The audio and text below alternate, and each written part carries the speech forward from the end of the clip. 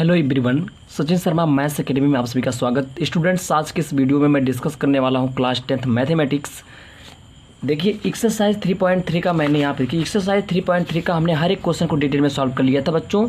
आपका question number 3 का 5वां क्वेश्चन और 6ठा क्वेश्चन बचा हुआ है, तो आज की वीडियो में हम भी डिस्कस करते हैं। तो बच्चों देखिए 5वां क्वेश्चन क्या कहता है यदि किसी भिन्न के अंश और हर दोनों में 2 जोड़ दिया जाए तो वह 9/11 हो जाती है। यदि अंश और हर दोनों में 3 जोड़ दिया जाए तो वह 5/6 हो जाती है। वह भिन्न ज्ञात कीजिए। ठीक, तो चलिए इसको हम डिटेल में सॉल्व करते हैं। तो एनसीईआरटी को साइड में रखते हैं और वीडियो को शुरू करते हैं। तो अगर कोई भी भिन्न से रिलेटेड सवाल है बच्चों, तो भिन्न क्या होती है, जिसे हम अंश बटे हर के रूप में लिख सकते हैं, उससे हम क्या कहते हैं, भिन्न कहते हैं। तो भिन्न है तो उसका कोई ना कोई अंश होगा और हर होगा, तो मानेंगे बच्चों यहाँ पे माना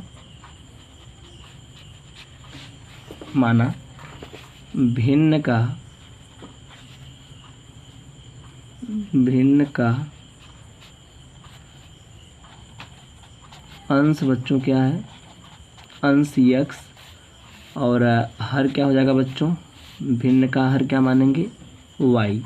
इसलिए बच्चों जो हमारी अभीष्ट भिन्न बनेगी, अभीष्ट भिन्न, वो क्या होती है, भिन्न बराबर बच्चों होता है अंश बट्टे हर। क्या होता है बच्चों, अंश बट्टे हर जो होता है वही तुम्हारी भिन्न कहलाती है। अंश x है और हर क्या है बच्चों, y है। क्लियर।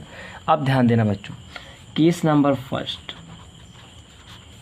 फर्स्ट कहता है बच्चों कि भिन्न के अंश और हर दोनों में 2 जोड़ दिया जाए। तो भिन्न पहले लिखते हैं x/y। अंश में भी 2 जोड़ना है और बट्टे हर में भी 2 जोड़ना है। तो उस भिन्न का मान कितना हो जाता है, 9/11 हो जाती है। क्या होती है, 9/11 बच्चों। बीच में बराबर है तो हम क्या करेंगे, क्रॉस मल्टीप्लाई। 11 का x में 11x, 11 दूना 22 बराबर 9 का y में 9y और प्लस 9 दूनी 18। ठीक, तो 11x माइनस 9y बराबर 18 माइनस 22। पक्षांतर करिए, 9y को जब हम इधर लेके आए तो माइनस हो गया। ठीक, तो 11x माइनस 9y बराबर 18 4 22, यानी छोटे में से बड़ा माइनस कर रहे हैं बच्चों, इसलिए माइनस आएगा, नेगेटिव वैल्यू। अच्छा, इस तरीके से मैंने क्या किया बच्चों कि पहला केस सॉल्व कर लिया। नाउ अब देखिए सेकंड केस नंबर सेकंड बच्चों। केस नंबर सेकंड क्या कहता है, केस नंबर सेकंड कहता है बच्चों यहाँ पे कि यदि अंश और हर दोनों में 3 जोड़ दिया जाए। भिन्न हमारी x/y थी, कह रहा अंश में 3 जोड़ना है और हर में भी 3, यानी दोनों में 3 जोड़ते हैं तो क्या हो जाता है, वह 5/6 हो जाती है। यानी भिन्न जो है ना 5/6 के बराबर हो जाती है। अब बच्चों इसका गुणा इसमें, इसका क्रॉस मल्टीप्लाई करते हैं। एक ही ऑप्शन होता है, 6 का x में 6x और 6 त्रिक 18 बराबर 5y और प्लस 5 दिया बच्चों, क्या हो जाएगा 15। ठीक, चलो 6x माइनस 5y ट्रांसपोज यानी पक्षांतरण कर देंगे, यहाँ हो जाएगा 15 माइनस का 18। तो 6x माइनस 5y, ध्यान से देखना, 6x माइनस 5y बराबर 15 में से 18 जाएगा बच्चों माइनस का 3। This is equation number second. अब देखिए इनको दोनों को सॉल्व करेंगे तो लगा देते हैं, विलोपन विधि सबसे आसान होती है बच्चों, उनको सॉल्व करते हैं। तो यहाँ से देखना एक चीज़, क्या करेंगे, या अगर x को कैंसिल करेंगे तो x का गुणांक बराबर होना चाहिए। अगर y को कैंसिल करना चाहते हैं तो y का यही होता है ना विलोपन विधि में। तो देखते हैं विलोपन ही लगाना या किसी, चलिए ठीक है। तो यहाँ पे कोई भी विधि हम यूज़ कर सकते हैं, लेकिन कह रहा है कि ठीक ना। तो चलिए देखिए यहाँ पे काम क्या करते हैं ना,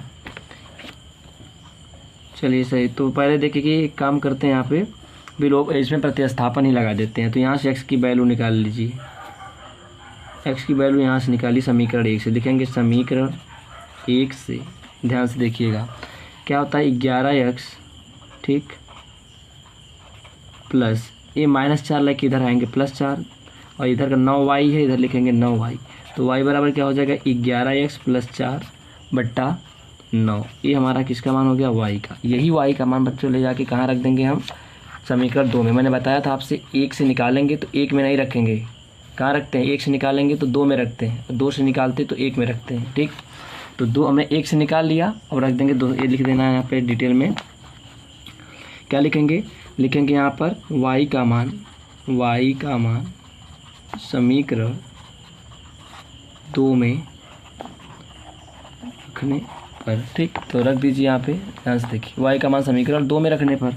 तो यह हो जाएगा यहाँ पे, तो समीकरण नंबर 2 क्या है, ये है 6x माइनस 5 और गुणे y की वैल्यू यहाँ पे पुट कर देंगे 11x प्लस का 4/9 और this is equal to minus का 3।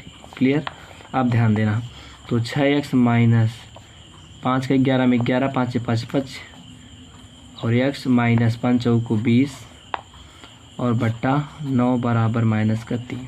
तो 9 छक 54 माइनस का 55x, 54x माइनस का 55x माइनस 20 बराबर 9 3 27। ठीक, 9 का 3 और 3 गुणा हो जाएगा, तो 55 घटाएंगे तो हो जाएगा माइनस का x बराबर माइनस 27 और माइनस 20 इधर लाएंगे तो क्या हो जाएगा प्लस 20, यानी माइनस x बराबर माइनस 7 कैंसिल, x बराबर बच्चों क्या आ गया 7। ठीक, अब ये x का मान कहीं रख देंगे बच्चा किस समय, x का मान समीकरण 1 में रखने पर रख दीजिए बच्चों। x का मान समीकरण 1 यहाँ पे है, देखिए 11 इंटू x का मान 7 और माइनस का 9y और बराबर माइनस का 4। 77 माइनस 9y बराबर माइनस 4, 77 और प्लस 4 बराबर, ये इधर आ जाएगा राइट में प्लस 9y हो जाएगा। आगे हल करते ध्यान से देखिए, 77 4 81 बराबर 9y, तो y बराबर क्या हो जाएगा बच्चों 9 9 81, कितना आएगा 9। तो 9 y बराबर कितना हो गया बच्चों 9 हो गया, और x बराबर हमारा कितना निकल गया यहाँ पे 7। तो बच्चों ये चीज़ ध्यान देना यहाँ पे कि जो हमारी भिन्न थी ना, भिन्न क्या थी हमारी, भिन्न थी बच्चों हमारी, देखिए यहाँ पे भिन्न x बट्टे वाई है, क्या है x बट्टे वाई। तो x का मान कितना निकला बच्चों, यहाँ पे देखिए x का मान हमारा 7, यहाँ लिखेंगे 7 बट्टे y का मान देखिए बच्चों एकदम नीचे ध्यान से देखिए, यहाँ पर y का मान कितना है 9, y का मान 9 है, तो 7 बट्टा 9 ये हो जाएगा आंसर। क्लियर। तो भिन्न हमें बताना था बच्चों, भिन्न हमारी हो गई x बट्टा वाई यानी 7 बट्टा 9। ठीक, तो now moving to next questions. अब देखिए हम चलते हैं बच्चों क्वेश्चन नंबर 6 पर, बने रहिएगा वीडियो में। क्वेश्चन नंबर 6 को सॉल्व करते हैं ध्यान से। ठीक, क्वेश्चन नंबर 6 यहाँ पर देखिए, क्वेश्चन नंबर 6 क्या कहता है, आपके सामने मैं क्वेश्चन पढ़ता हूँ, ध्यान से समझिएगा। क्वेश्चन कह रहा है बच्चों कि 5 वर्ष बाद जैकब की आयु उसके पुत्र की आयु से 3 गुनी हो जाएगी। 5 वर्ष पूर्व जैकब की आयु उसके पुत्र की आयु की 7 गुनी थी, उसकी वर्तमान आयु ज्ञात कीजिए। ठीक, तो जैकब और पुत्र है और उन दोनों की हमें क्या बतानी, वर्तमान आयु। ठीक, और जैसे क्वेश्चन बोल रहा उस तरीके से पढ़ के एक एक चीज़ को ध्यान से इक्वेशन को बनाते हैं। ठीक, तो देखिए यहाँ पे है क्वेश्चन आपका। ठीक, तो सबसे पहले कह रहा है 5 वर्ष पूर्व जैकब की आयु पुत्र, तो माना जैकब की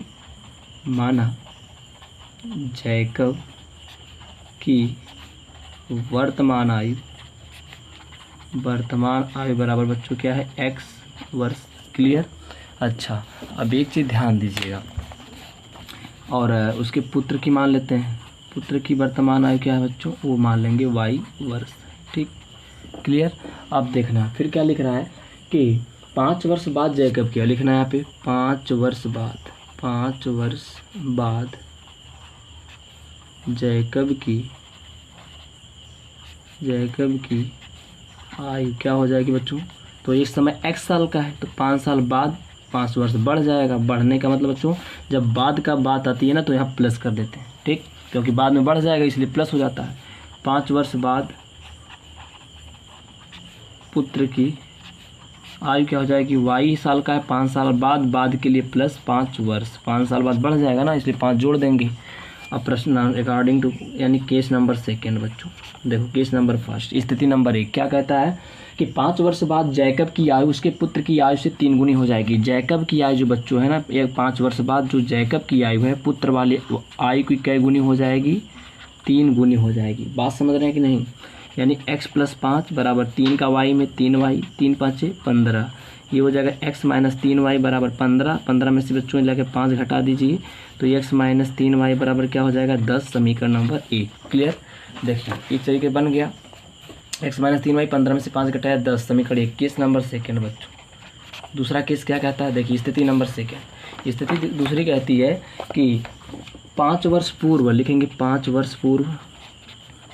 वर्ष पूर्व जैकब की आयु, किसकी आयु, जैकब की आयु। पूर्व मतलब पहले के लिए बच्चों कितना आता है माइनस, तो देखिए यहाँ पे ये 1 साल का था, 5 साल पहले के लिए क्या लगे माइनस। ठीक, इतना वर्ष का था, और 5 वर्ष पूर्व इसकी पुत्र की आयु क्या हो जाएगी y - 5। लड़का कितने साल का था, लड़का y साल का था, तो 5 साल पहले कह रहा है तो वाई में से 5 घटा देंगे।